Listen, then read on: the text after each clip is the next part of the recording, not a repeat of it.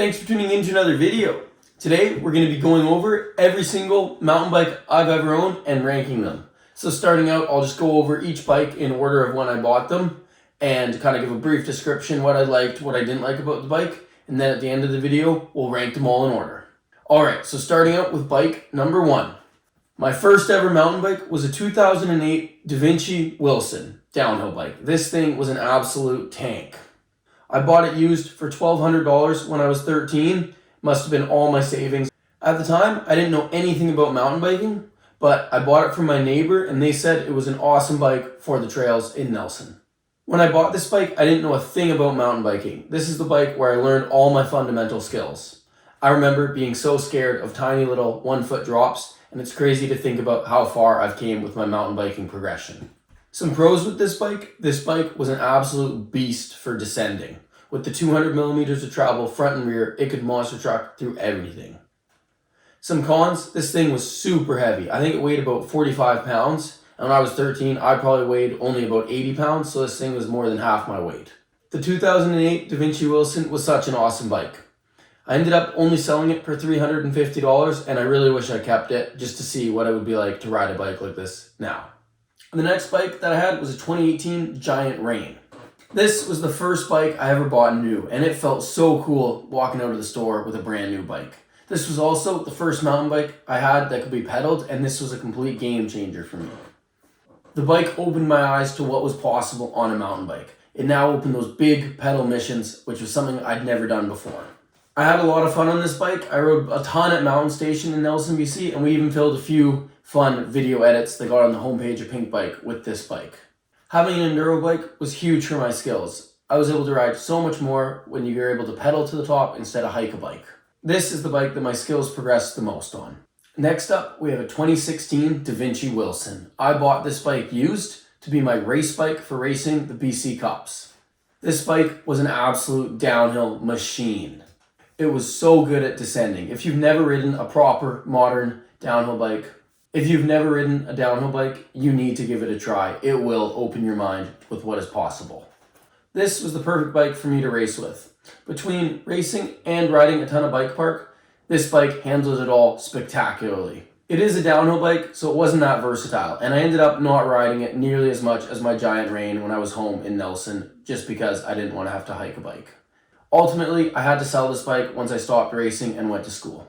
Now that I've been riding a lot more bike park, I'm itching to buy a downhill bike again. I think it would be really fun. Let me know. Do you guys think I should pick up a cheap used downhill bike? Maybe even something like this 2016 Devinci Wilson? Next up, we have a Devinci District dirt jump bike. This bike I had at the same time as my Giant Rain and my 2016 Devinci Wilson. I got it because I wanted to get into dirt jumping. It started out as a black bike, and then younger me thought it would be a great idea to spray paint it yellow, so that's what I did, and I spray painted yellow, and honestly, I think it turned out pretty well. The dirt jump bike was awesome for the pump track and dirt jumping, but I also found it super scary. With no front brake and the bald tires, it is not forgiving at all, and I had a few massive crashes on this bike as a result, which really scared me. My favorite thing about this bike was how good it was at the pump track. It is insane. It is a weapon, especially on those paved pump tracks. It is so fun. It's definitely worth giving a try riding a proper dirt jump bike on the pump track. I found this bike really scary, like I mentioned earlier, and as a result, that's kind of why I sold it. And I also realized that I just am weird and I kind of prefer to dirt jump on a full suspension bike just because it is a little bit more forgiving. You do have to work a little bit harder to get through the jumps, but I find it more fun and less scary than the dirt jump bike. Next up, we have my first ever 29er, the Kona Process 153-29. This was by far the nicest build I've ever had for a bike. It was a middle of the line one with a RockShox Lyric Select and a RockShox Super Deluxe Select, which was by far the best suspension I've ever had, and a massive upgrade from my Giant Rain, which didn't have a piggyback shock. This bike was just such a big upgrade from the Giant Rain with the way it rode as well. It climbed so much better and descended so much better. The 29er wheels felt awesome. They rolled over stuff so quick, and this bike just ripped. This bike was one of my all-time favorites. I really am super fond of this bike. As well, the paint on this bike looked so good. It was this purple with these kind of sparkles into it, and it just looked so well done. I was a huge fan of this Kona Process. But ultimately, I ended up finding a small hairline crack near the head tube, and I had to get this bike warrantied, so that is why I no longer have the frame. But more on that later. My first ever proper hardtail mountain bike was this Marin San Quentin, and I got this in 2022. I started building this bike out during COVID, and this was the first ever bike I built from the parts up. It's got a mix of used and new parts. The frame was brand new. I also got it as a winter bike because this was when I moved to Vancouver Island, and I've heard so many people say ride a hardtail in the winter because it's less hard on maintenance, and having never ridden a hardtail before, I figured it would be good for my skills. I'd never ridden a hardtail before, so it definitely took some adjusting to ride the hardtail, but it is pretty fun. It is a bit of a different perspective. Instead of trying to get down the trail as fast as you can, it's all about just trying to get down the gnarliest trail you can on a hardtail. What I love about this bike is how versatile it is. You can go ride double black tech trails, and you can also go rip the pump track, and it feels almost as good as a dirt jump bike. The drawbacks with this bike is it's a hardtail, so it just gets a little bit boring. After riding tech trails and stuff, I'm just like, I'd rather go back to my Kona where I can really charge and try to go as fast as I can. I still own this bike, but I definitely ride my Kona Process a lot more. That being said, if you've never ridden a true hardtail mountain bike, I highly recommend it. It is quite fun. This next bike is the bike I've owned for the shortest amount of time, and it is the 2022 Marin Alpine Trail XR. I bought this bike used because it was a super good deal. This bike is very capable and very similar to my Kona Process. The things I liked about this bike was the suspension. It felt so good to have the high-end suspension and that coil rear shock. The things I didn't really like was the spec was just weird. It has really high-end suspension, but then it has terrible Shimano brakes. But ultimately, I think the frame and geometry of this bike are super capable, and it's pretty good if you're willing to upgrade parts. This brings me to my current bike that I ride the most, the 2022 Kona Process 153-29. I got this as a frame replacement for my 2020 Kona Process, which had a small crack in the frame.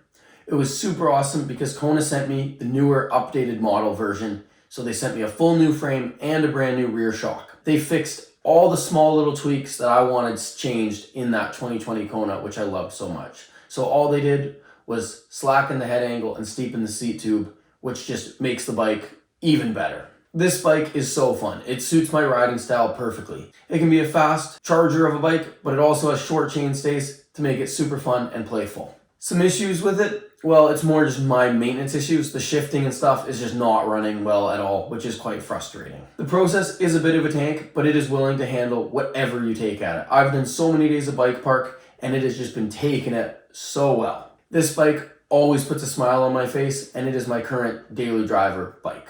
All right, now time to rank the bikes. So I'm going to rank these bikes on performance, but also things like sentimental value and a few things that are kind of hard to clarify, but you just kind of get that feeling, and that's why it's going to be ranked the way it is. So we're going to start in last and work our way up to first place. In last place, it's the Devinci District. I just didn't ride this bike a ton, and I had a few big crashes and scary experiences. Ultimately, it is super fun still to have a dirt jump bike, and I highly recommend you guys all give one a try, but on this list, this is the bike that's at the bottom. Then we have my 2008 Devinci Wilson. This bike was super fun, an awesome first bike, but it is just so old and heavy that the performance just isn't there compared to what's on the rest of this list. Then we have my 2018 Giant Rain. This bike was fun, but nothing special, nothing really stands out. Then the 2022 Marin Alpine Trail. I just didn't own this bike for really long enough to get that attached. It seems like it's a really capable bike, but again, yeah, just didn't own it for very long, so I don't have that sentimental connection to this bike. And then the 2022 Marin San Quentin. This bike's fun, it's nice and versatile, but it is a hardtail, so it does get a little bit boring. Now we're getting into the top three. In third place, my 2016 Devinci Wilson. This bike was awesome. I have a ton of fond memories racing the BC Cup, and I just loved how capable this bike is downhill. I think it's time for another downhill bike. Then in second place, the 2020 Kona Process. This bike was awesome. I did so many epic rides in this bike, and I have so many fond memories from this bike as well. And finally, in first place, the 2022 Kona Process 153.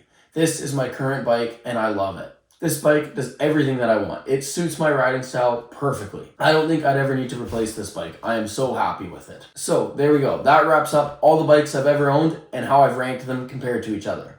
I hope you guys enjoyed this style of video. If you guys have made it this far, be sure to check out NWG Outdoor Gear, which is my outdoor gear brand. Right now we have one product with some hip packs, and we also have some hats and t-shirts, so go give that a check out. And subscribe for more. We'll see you in the next video. Thanks for watching.